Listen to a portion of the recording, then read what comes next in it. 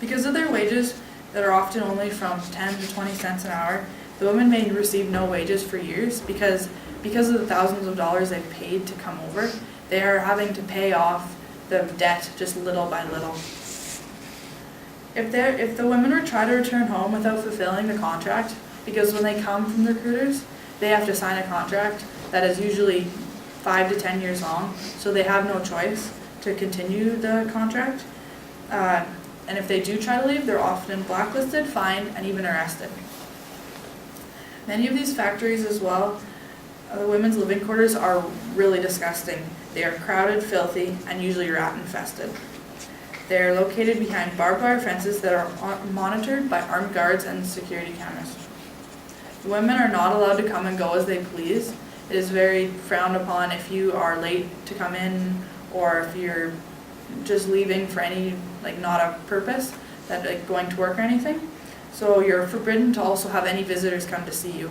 So none of your family is ever allowed to come in and see how you are, because they believe that if people come in and talk to you, that you can be able to voice your displeasure of working. So people who could help you can't help you because they can't come see you and they can't communicate with you while you're at the camp.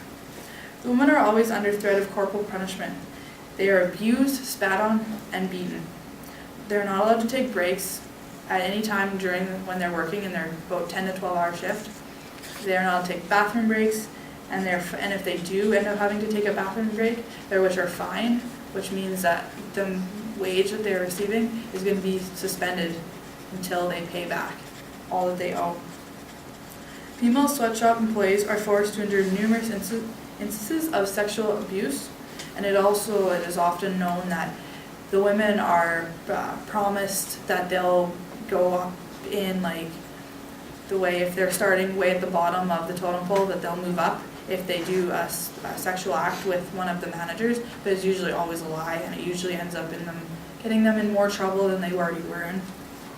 I know sweatshops will never go away, but I do believe that these shops should be forced into paying their employees a wage that is equivalent to the work that they're providing.